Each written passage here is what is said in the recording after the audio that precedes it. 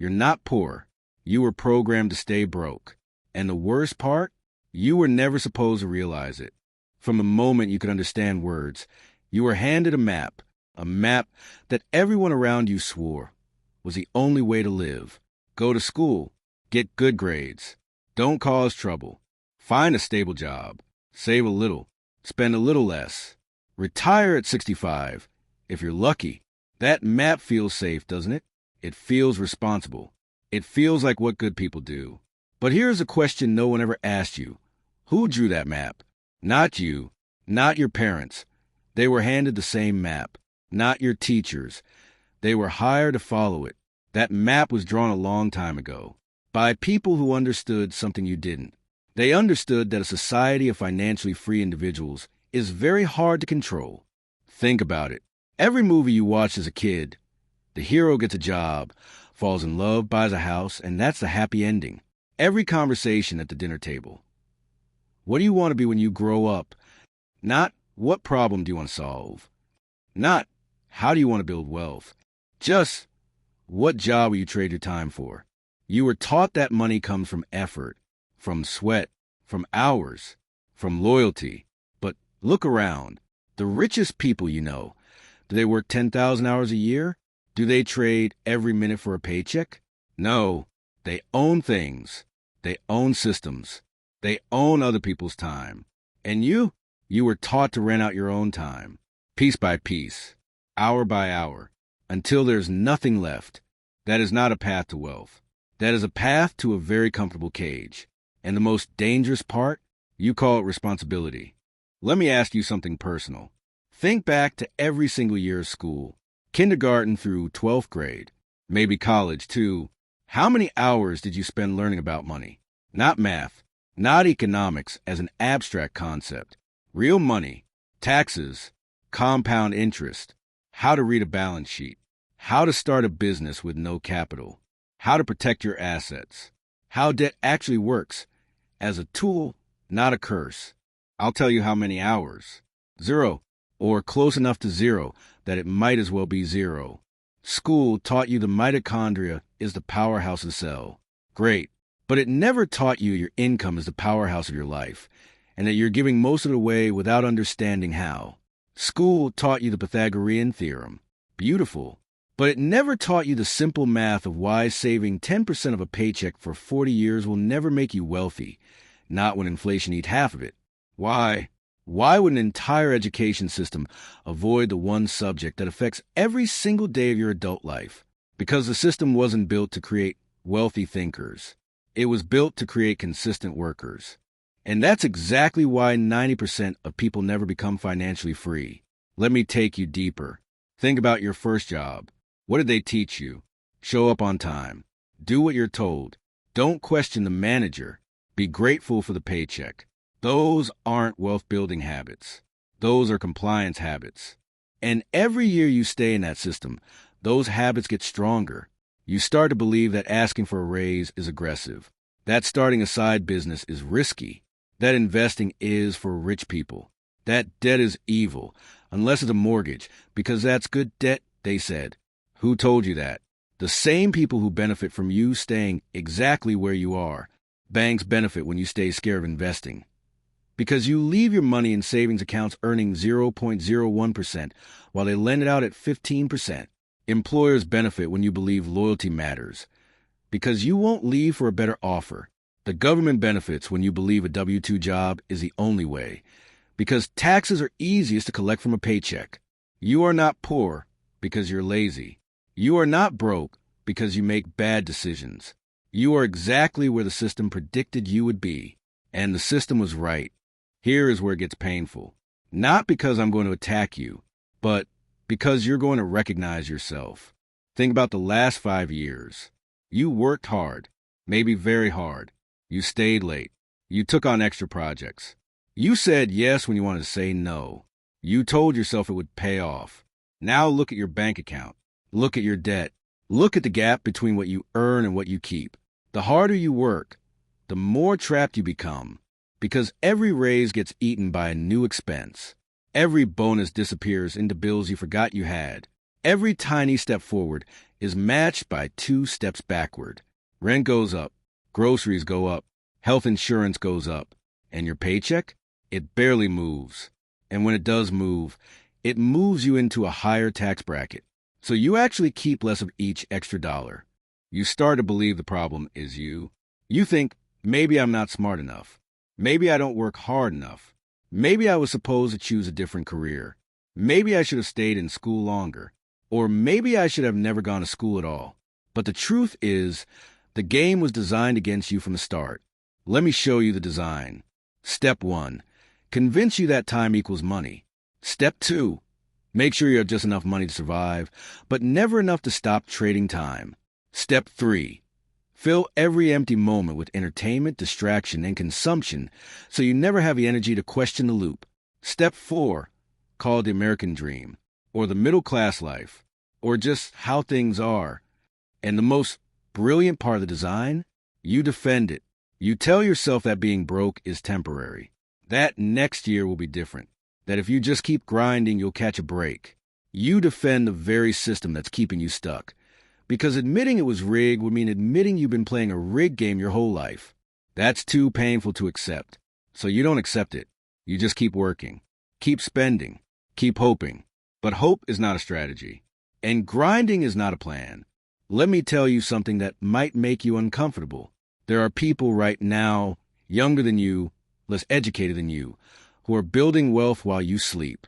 Not because they're geniuses, not because they inherited money, but because they stopped playing the game you're still playing. They asked a question you were never taught to ask. What if I stop selling my time and start selling a result? What if I stop looking for a job and start looking for a problem to solve? What if I stop trying to save my way to freedom and start building something that works for me 24 hours a day? Those questions are dangerous. That's why no one put them in your textbook. The moment you realize you've been programmed, everything starts to change, because you can't escape a system you don't even know exists. Let me give you an example. You've been told that debt is bad, that you should pay off your credit cards, avoid loans, and live within your means.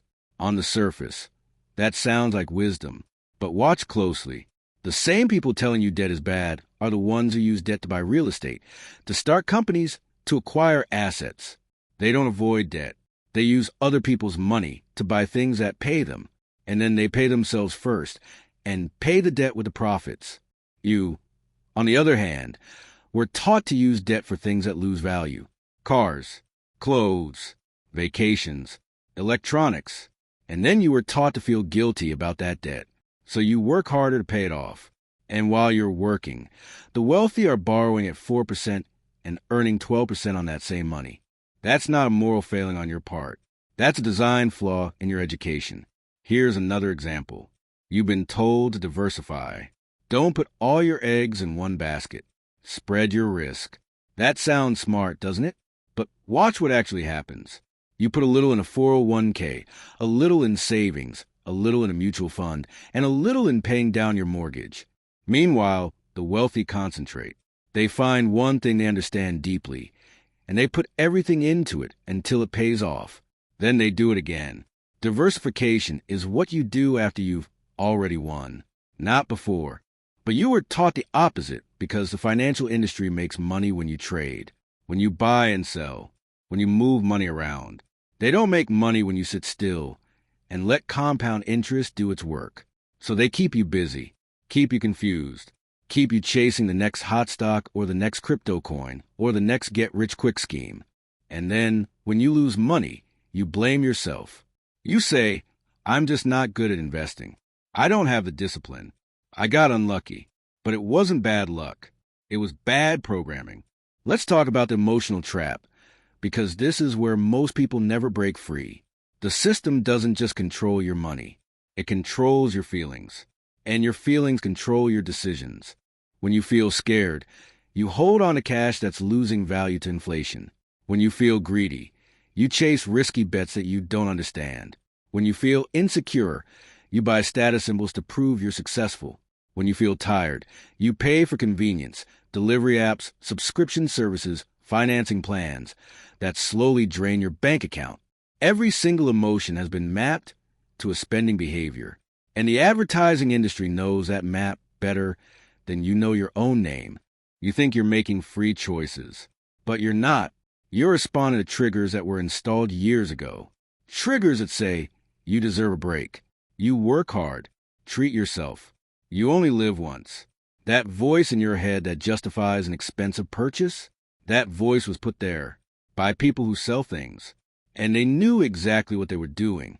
Now, I want you to pause and feel the weight of that, not to make you hopeless, but to wake you up. Because here's the truth that changes everything. If you were programmed, you can be reprogrammed. If the system installed beliefs, you can uninstall them. If someone else drew the map, you can draw your own. But you have to start by admitting something uncomfortable. You are not a victim.